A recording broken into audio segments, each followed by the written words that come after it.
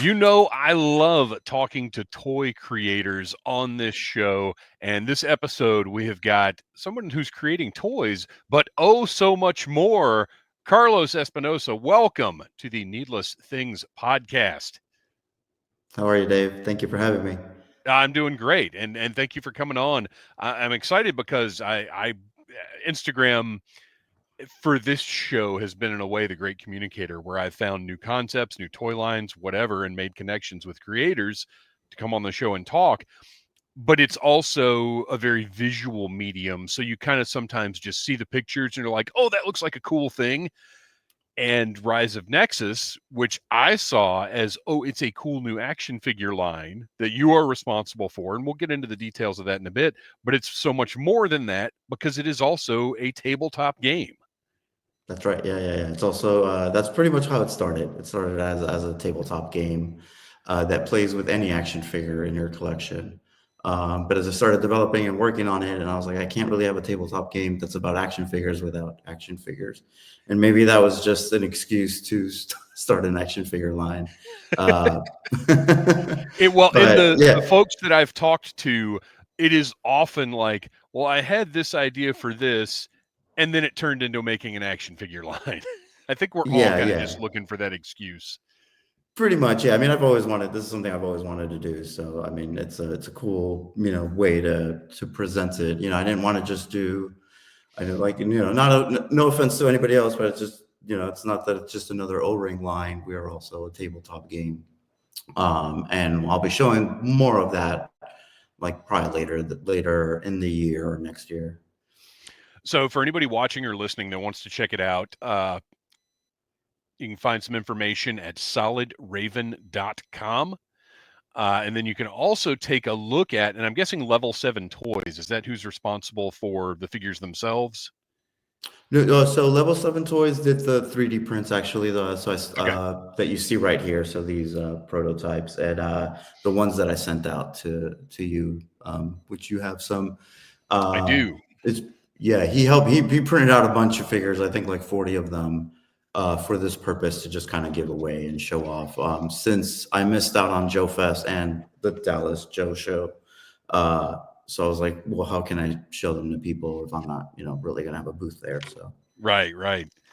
So for the listeners who are not watching, which by the way, you may as well go watch it on the Needless Things YouTube channel, because there's some cool stuff to be seen. I got to open this up. This video will be up this week on the Needless Things YouTube channel, and I've got two of the figures right here. And I've got to say, I love this concept of you being able to send out these prototypes thanks to 3D printing. Like, where right. did Yeah. because I haven't seen that before. Where did that concept? Is that just something that you're like, well, wait a minute, why can't we just send some of these out to people? How did that come Yeah. I together? mean, that was pretty much it. It was just like I missed out on Joe Fest was sold out. All the vendor booths were sold out. I mean, there was at least 3 or 4 that I checked that I missed out on. So I didn't want to, do a Kickstarter or do a thing without people actually seeing the figures or seeing the sculpts and the details on them. Um, so I hit up Dennis from Level 7 and was like, "Can you print out a ton of these for me, and then I'll put them together and put And I the love the way cards these are together and done, everything and send them out." because you've got them on a card back. There's a little sticky tab on the blister so that you can pop the figures right out. And I said during my review, I mean, these are going in protectors and getting hung up on the wall, because this is just such a cool thing to have, to really Awesome. get a look at the sharpness of the sculpt. The soft goods on this guy, on Sleepwalker, at this scale, I'm sure you know this as well as anybody. It's tough to get these kinds of soft goods to look right. And the way that this hood is sewn, the way that it hangs, like, it looks impressive. And they don't always at 1/18 scale. Yeah, I was pretty blown away at the actually that one is different than the one I have somewhere here. I believe it's here. So this is the actual production prototype. Oh, So nice. the soft goods on there is different, but I had a guy that I know, Hypervillainy. he made some using the specs from the factory, just for this purpose, just for the prototypes. And Very they came cool. out like, yeah, those came out really great. So I'm intrigued. Like I said, as I was opening the box up, which I love the character designs, and I also like. I want to talk about this a little bit because you've got a sticker sheet, and then there's a set of cards in here, and I like the fact that we're actually seeing different art styles of the characters. So often what you see with something like this is the exact same image over and over and over again throughout all of the marketing and packaging and everything else. And I like that we're actually seeing uh it just makes it seem a little fuller and have a little more personality, that the cards have a certain look to these characters on them, and then the sticker sheets have more like what's on the packaging, it looks like. Yeah, just trying to make it. I mean, it is a real thing, but trying to make it seem like it's a thing that's been around for a while, I guess. Yeah, my friend Eddie did the card art. He did the illustrations on the art. I designed the cards themselves, and then I did the trading cards. I did the illustrations for those. I was gonna do the card art originally, but I knew I wasn't gonna be happy with it, and that's why I talked to Eddie about bringing him on. And he's also, I've known him for like 20 years, and he's an amazing artist, and I just I couldn't be happier with the cards. I mean, they look amazing. Well, and then another piece of what you said, kind of making this feel like it's been a thing, is the cross sell pamphlet, which is very reminiscent of the old, Kenner and Hasbro pack-ins that would come with the vehicles that show you everything. I love that too. So very, very cool set here, but we got to get into the idea of a fast-paced strategy tabletop game is very appealing to me. We do game nights from time to time, as I think a lot of Oh, people awesome. do now, and it's tough when, because typically when we get together and do a game night, we're gonna be hanging out 6 or 7 hours or whatever, but we're gonna play a lot of games. We don't want one game to take 6 or 7 hours. And we recently played a uh, a strategy game that was not fast paced. It was not a put it on the table, figure your stuff out, have some fun playing for a little while, and then pack it back up. This was, it was too much. Uh, and I like the idea, like what was the, because I noticed the verbiage everywhere is fast-paced strategy game. Were you aware that you needed to sort of sell it as this is something you can sit down and play, as opposed to, well, take an hour to set it up and then, Yeah. No, that's the thing. I love playing tabletop games. I don't play a lot of them because of that.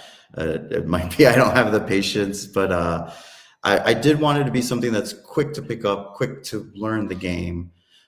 Just the rules. You don't once you learn them once, you don't really need them after that, and you can teach it to somebody else quite easily.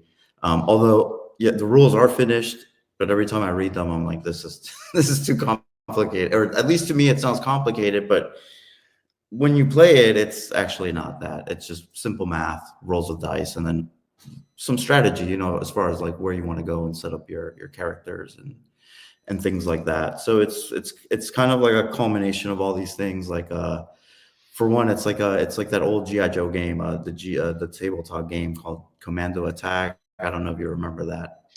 And you could it actually came use the with GI the Joe. cardboard cutout pieces, right? But Right. said Yeah. you can use your Joe figures with this game. That's right. Yeah. And I always wanted, like, always since I was little, I wanted that game. I remember going to the store, I would always pick up the box, and like I thought it was such a cool idea. And really, I mean, this came from that, and also playing with my son and the way he kind of plays. He has like this video game mentality to playing with action figures. So it was kind of a way to like be able to play, have some rules, but also anybody can play. Kids can play, adults can play. And then the idea that you could bring your own toys, it doesn't have to be the Rise of Nexus characters. You could bring anything you want, your custom figures, reaction figures, anything in that 4 inch to like 1/1/8 scale. Uh, and then from that, it just spawned into where we're at now, making making action figures for the game. So let's get into the background of where all of this came from. And we'll start with the toys, even though the game was kind of the start of the concept. We usually start with toys here on the show. Uh, Yeah. what were you playing with when you were a kid? What were the brands that made you a toy fan? Definitely Star Wars was the first one. I was born in 77, so I mean or 78, sorry, but Star Wars came out in 77. So my uncle was 10, and so he was still playing with toys at the time. So that kind of just, he would babysit me and we would just pretty much from that. And then my dad just happens to be a big comic book nerd, Batman nerd, DC nerd specifically. So I'm sure that also had something to do with it. But I just never grew out of toys. I always, even in high school, I had toys on my shelves. I still had girlfriends and friends and still went out and got in trouble. But they've just always been a part of my life. So, but yeah, definitely Star Wars, G.I. Joe was the biggest one. Mask. I love Mask. Uh, and still today, I mean, still new toys today. I see that I'm like, I wish, I wish I had the space for that. Yeah. Well, and that becomes an issue like real fast, and that's, I mean, you can see looking behind me the craziness going Yeah, on back there. And you mentioned Mask. That new Mask line is launching sometime. Well, the pre-order is yeah, open, and sometime in the next week or so, I believe. And I'm like, where is this going? Because there's no way I'm missing out. I had a few, Mask was one of those lines for me. You know how like you would have your main line like Star Wars, GI Joe, and then there'd yeah, be other lines that you had like two or three things from, and that was it. And that's Mask yeah. was one Oh of yeah, those for absolutely. me. Yeah. So Yeah, I'm yeah. No, excited I about. had. No, I'm excited about it. I did. So you said pre-orders already launched? I didn't even Well, realize I that. Is think that? they're supposed to launch at the beginning of June, because they announced Oh, it's okay, okay, Big okay. So Bad. right. Yeah, yeah, just a few days from now. Well, at beginning of June, that could Okay. mean anytime in the next 2 weeks, but, uh, I think Yeah. their Big Bad Toy Store first and then rolling out to other places, which is fine by me because, Big Bad, do your pre-order and you'll get them. You ain't gotta worry about Oh my pre-sellouts or God. anything Yeah. like When that. GI Joe would come back from war, they would, have to take care of their kids, and Mask usually was the kids. That's how because they were like the perfect scale almost. We That's would take them out great. to the movies on Friday night, and then they had to go back to war. But yeah, that's I love Mask. Those were awesome. Those were awesome vehicles and the figures too. Well, it was a great middle ground between GI Joe and Transformers because you had the transforming vehicles and you had Right. the figure characters to interact with them. So it was really a smart thing to put out there. Uh, Yeah. so And yeah, I when was Hasbro finally did those oh, sorry, those Transformer GI Joes, I was like, my God, finally, they finally did it. Like I've been waiting my whole life for this, for a his tank Megatron.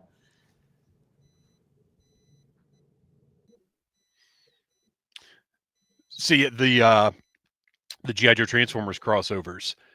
They were a literal dream come true for me. It's something I never thought would happen, but that I always wanted when I was a kid. Because that was part of my issue with the Transformers is there were no they were the characters, but I still wanted human characters to interact with. Right. Yeah, there's somebody had to drive the transformer or at least, maintain them. And I would love if they could expand that line into actual like GI or I'm sorry, actual Transformer vehicles. Like I'd love to see an Optimus Prime that's actually Optimus Prime. As excited as I Right. am for the possibility of them doing like a Mobad or whatever, like I want a big rig. Like that would be Right, great. right, right. Yeah, and Roadblock can, drive it or whatever. Yeah, yeah, absolutely. So yeah, I was kind of the same way. I never really. I think I may have had like 1 year in high school where I wasn't collecting, but even then, I think about the Toy Biz X-Men stuff, Oh yeah. like that, all of that. I don't know that I really ever did stop. Um, so the obviously the O-rings, the 4-inch scale were the perfect size, as you said. Hasbro figured that out, or actually, I don't know. I'm not sure. Did Hasbro do that GI Joe game? Oh no, that I think that was Milton Bradley, I believe. Who Yeah, did that game. Yeah. that's what I, yeah, that because most of the stuff that wasn't toys was some other company, but it is interesting that they had that direct connection to the figures, to using the figures with the game. Yeah, Uh, it's a neat idea. but yeah, they figured that out years and years ago. But was the idea of these being O-ring figures, like, was that a lock from the start, or was there a process to figuring out what would work best? No, so I mean, the first thing was trying to figure out what size figures. Like I wanted to try to do 6 inch since it's so popular now, and everybody's so into 6 inch. But then it would make the board incredibly large, and where you would have to play on the floor, and we're too old to be sitting on the floor Yeah, and you're not playing games. kidding. Oh my Yeah, gosh. yeah. So the idea to do O-ring. I don't know. It's hard to say. I think it's a nostalgia thing for me. I think they were so cool back then. When I first saw them, they blew my mind as far as toys. 'Cause I guess I had so many Star Wars figures, and those, they were kind of stiff. So when you saw GI Joe, it was mind blowing. And I thought about the other O-ring lines that are out there, and why not? There's no reason why there can't be more O-ring. Uh, it's just a cool little.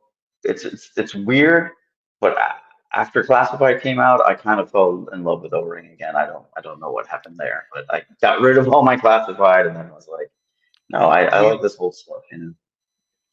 we've talked about it a lot on the show, trying to figure out exactly what it is that's because we talk about every on Audible Interlude, we talk about everything from classified to O-ring to modern scale to whatever.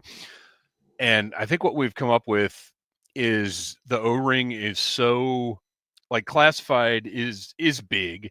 It's not a, like, when you've got it in your hand, you're posing, you're putting accessories on, like, it requires a lot. That Hmm. modern scale, the super articulated ones, have so much gear and stuff on them that they're not Yeah, really fun to just sort of handle. The O-rings are just the right size. They have just the right amount of articulation. The accessories are typically simple enough. It's just a perfect little figure that there's enough to play with and be interesting, visually, and, as you play yeah, with it, but it's also not so complicated that it becomes like a task to play with it, yeah, yeah, yeah, yeah, yeah. Make it I, more th- they're beautiful. I mean, I want to have 6 inch, but something about it, I don't know. I got to the point where it was just too much. There's just too many. There's too many of them, I guess, and they started getting hard to find, and I don't know. I gave up pretty much. well, and like you said, the larger stuff just takes up more space. It does, yeah, yeah, that too, yeah. Takes up a lot more space, yeah. And that happened fast. So I don't know how deep you want to get into the specifics of the game, since you do have the Kickstarter launching later this year, potentially September. Is that right? Yeah, yeah. And just to be clear, the game won't be launching during this Kickstarter. It's just the action figures, Oh, okay. which are also the game pieces. The tabletop game, pun intended, has a lot of moving pieces, a lot of moving parts. It's just going to take a lot to create the art, and because it's kind of similar to like a trading card game, there's a lot of artwork involved in the trading cards, because you also don't need any action figure to play the game. You can just play with the cards and move them on the board. So that'll be a while, but the action figures, if it's successful, will help bring the game to life down the road. Hopefully within a year. That's the plan. So, can you talk a little bit about how the board is going to work? Because there are lots of different ways. You can have one massive board. You can have tiles with different environments. Have you got kind of a basic idea of how that will function? Yeah. As far as the game and having, say, obstacles and terrain and things like that, I have thought about that, but then again, it goes back to making the game simple and easy to play. So I kind of removed those things. There are options if you want to play, say, a capture the flag, or like a domination style type game, that like a Call of Duty, where you capture certain points and stuff like that. Those are, like an extra, like a side game if you want to do that. There's also like a PvE, so you play against like not AI because it's a tabletop game, but there's certain rules and mechanics that you can play against, um, which are all connected to the story of Rise of Nexus. But the basic game is just it's just like a 6-on-6 if you want. You can do 1-on-1 too. You can do 8-on-8, and you can play with as many human people as you want. So you could do like a 4-on-4 if you want. I mean, it'll probably take longer to finish the game when there's more people. Uh, it's kind of like chess, but you play with dice, and each character has different skills, which are basically a movement skill and an attack skill, and those are your two actions per turn. So you would roll to attack or move, and you can do those whatever way you want. You don't have to attack first or move first, um, and then it's just simple math adding the distance of like where you're going to move or how you're going to attack, and you don't have to be standing next to somebody to attack. You can be far away, so you can have a sniper, who's on the other side of the board, hit somebody on the other side of the board if you wanted to. But a character like a sniper moves slower than say like a like a grunt or something like that. Right, right. I mean, it's like I said, it's supposed to be quick. You have 6 hit points, and those you mark on the figure stand, which basically, oops, almost dropped that. But this is basically, I know this is, you said this is also an audio version, but that's basically the figure stand. So the figure stands on that. The card goes behind it, and it has all the Oh, specs nice. on the top.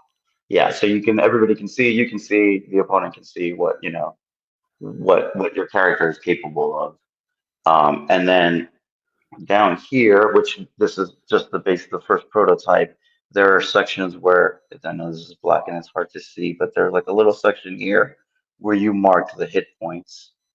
So you mark 3 hit points on this side, 3 hit points on this side. When you fill it up, your character is down and he's out of the game. Oh, I love it.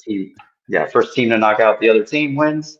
But obviously, there's other certain like there's specialty cards too, which you get when you knock out a character from the other team, and those change up the game. So those either speed up the game or either harm you.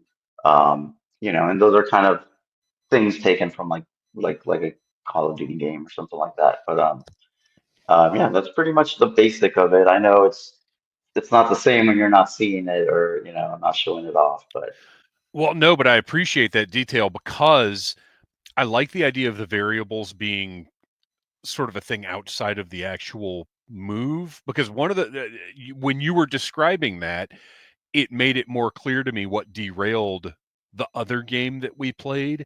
It's that when you rolled the dice, you had so many options, and then there were branching things from the options. Like you get to do these 3 things, and if you do this, then you can do this or this. But if you do this, you can do there was yeah, yeah, too much too many options. complexity Yeah. after the dice roll, and I like those options being an outside thing. That Hmm. sounds like what you've developed, and that does sound like it's going to move. It's just going to be easier to sit down and just play. Yeah, and that's the point. And each character has a special ability. Let's call it that. So, for example, one character can target 2 enemies at the same time. One certain character can move faster across the board, and also he there's an opportunity that he can just kill you on one try. So forget about your 6 hit points. If he gets close to you and he rolls the right number, which is, by the way, Snake Eyes, if he rolls a 1, he if that certain character rolls a 1, then that's it, you're dead. So there's ways to kind of speed up the game too. Um, you know, Furthermore, depending on which characters you have on the board, and those characters, they're chosen randomly before the game, and they're chosen by your opponent. He shuffles the cards for you, and he deals out the cards. So it kind of so you can't just build a super powerful team. It's always random, each game. Yeah. So this is obviously there's a lot to develop here, a lot to keep track of, a lot of systems to figure out how things engage with each other. What is your background with something like this? Is this purely a hobby thing that you found you have a skill for? or is it just from years of thinking about it? Yeah, I think it's I've always loved creating. I've always loved taking things apart since I was little. It's not the first time I mean, when I was in high school, I joking around with my friends, and then I ended up like doing like a thumb wrestling ring, and I ended up making the thumb wrestling ring out of cardboard and pencils and things. And um, yeah, I don't know. I love playing games. Like I love video games, so it's you know, it's definitely everything is inspired from those things. You know, love comic books, love science fiction more than anything else, than any other genre. But I don't know. I don't have experience making games. I mean, I might have made some games as I was younger. Professionally, I don't, but I've worked in many different fields. Like I currently work in engineering. I've worked in fashion, graphic designer for about 20 years. Yeah, I do all sorts of things. I don't know. I don't really know where where it came from. Well, it sounds like all of those things have kind of converged for Yeah, this. yeah, I guess. Yeah, I love the story about the thumb wrestling ring because it reminded me of something I hadn't thought about in years. Probably the early 2000s. I'm a big wrestling fan, and early yeah. 2000s, my buddies would come over every Wednesday night. We'd watch wrestling. We'd play the wrestling video games, and then for the pay-per-views, like Sunday nights, everybody would come over and we'd just watch the pay-per-view. But at some point, using because I had the toy wrestling ring and the wrestling figures, I developed a game. Like I said, I have not thought about this in years. I developed a game using the wrestling figures where we were rolling dice to determine like what move you could do, how much damage it did, and I cannot remember for the life of me like the mechanics of it, but That's it awesome. just popped in my head that we're all Yeah, sitting around the coffee table with little piles of wrestling figures rolling dice from this game that I made up. I'm going to have to see if I can find, because I don't throw anything away. I'm gonna have to see if I can find like the paperwork that I did for that. yeah. That's wild. Dig it up, and then maybe we'll make it happen in the future. Yeah, right. We'll have Make a wrestling game a wrestling because game. Yeah, I mean, that's I mean, so many hours of playing like WCW, NWO with friends. You yes, know, like that was a great pastime. yeah, that was that one, and then that led to WWF No Mercy, which was the one that we played on the Nintendo 64 for just years.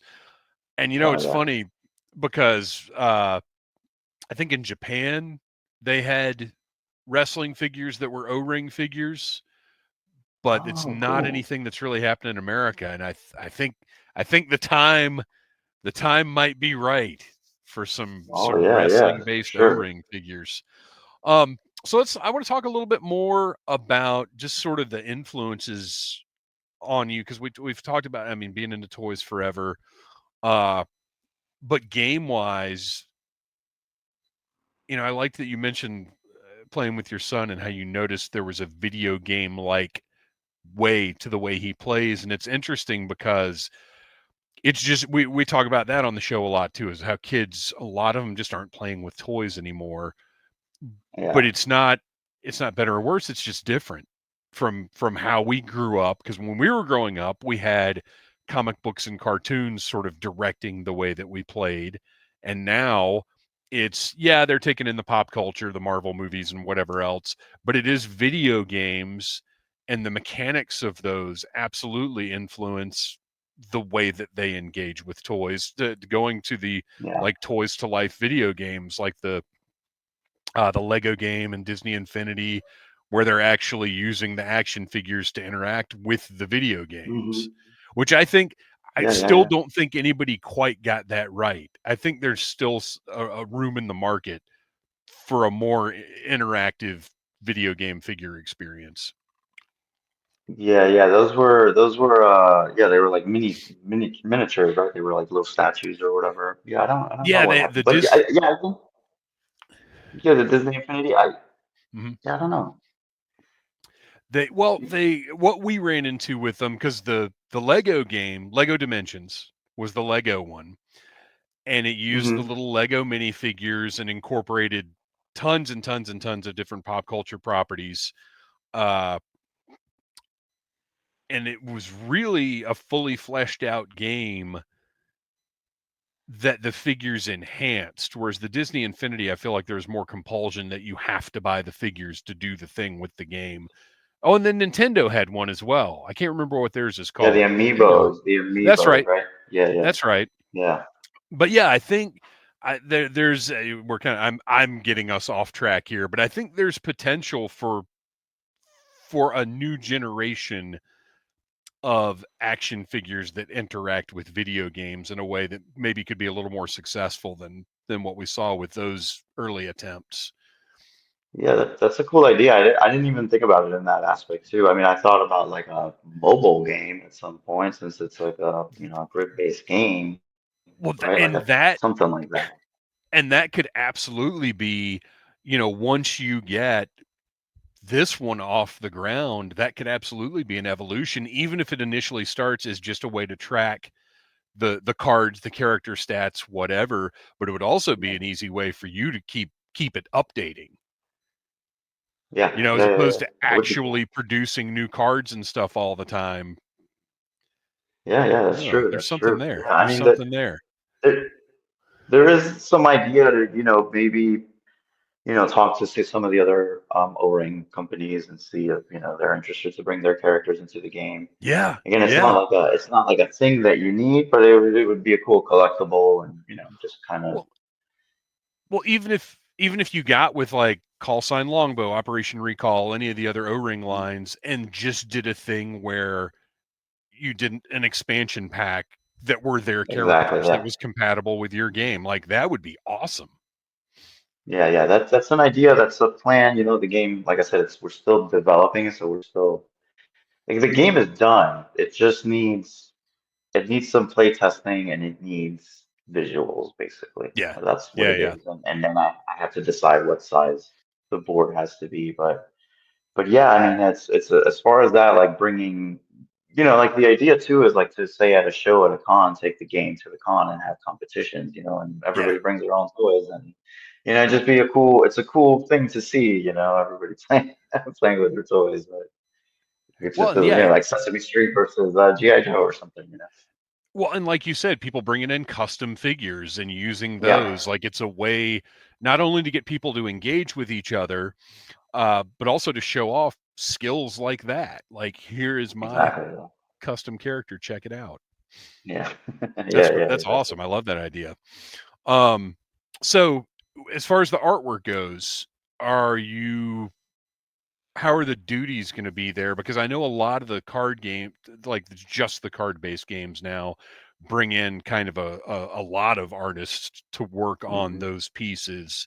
Are you considering doing that? Are you looking at the Yeah, I duties did. yourself?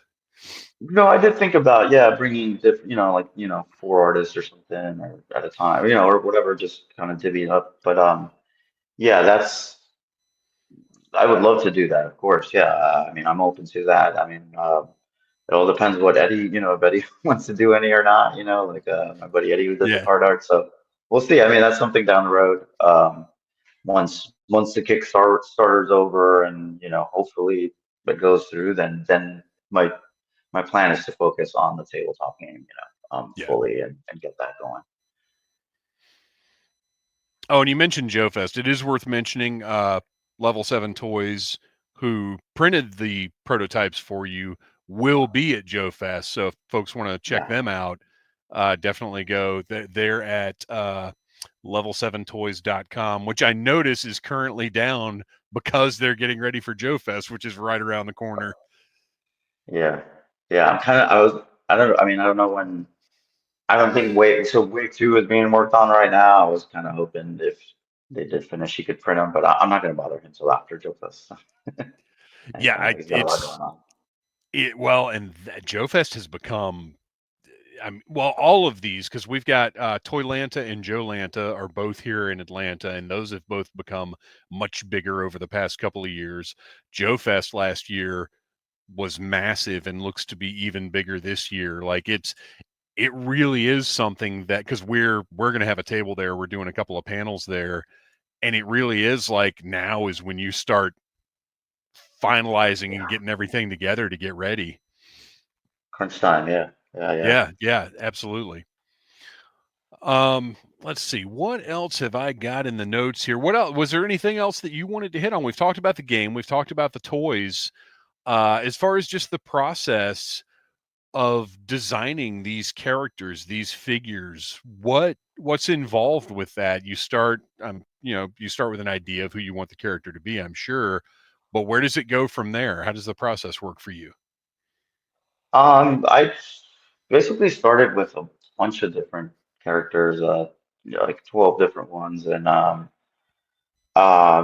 I don't know, if you're a G.I. Joe fan, obviously some of these designs might look similar or familiar, um, and that was done on purpose, which because it's just the way I want to try to way to bring these characters into O-Ring so they fit already into your collection. But it also kind of fits with the story that it's a kind of it's not really like a multiversal story, but there is some aspects to that. So the story isn't really about a team of tactical soldiers. There's some Mad Max elements to it, and there's other characters. I'm starting off with these particular ones, and once Wave 2 is done, then we'll move on to more like I said, more uh, end of the world apocalyptic style designs. But yeah, so like I was saying, I started with a bunch of characters and started narrowing it down from there, and then started kind of mixing, grab one thing from one, mix it with the other, um, and then till we got here, and these were the ones I was happiest with, like Seiko, for example. He you know he is inspired by another character, but also kind of made him a little older, a little more rough around the edges, I guess. Not as young yet. There's Seiko. Seiko, who So reminds me of somebody who's been in the comics we've been reviewing lately, that in the comics he's in seems to age from 8 to 18 and back over the course of a couple of years. If yeah, he's the yeah. character that I'm thinking of. Possibly, yeah. Yeah, we originally I wanted to give them a younger look, and all of these are kind of inspired by actors and movies.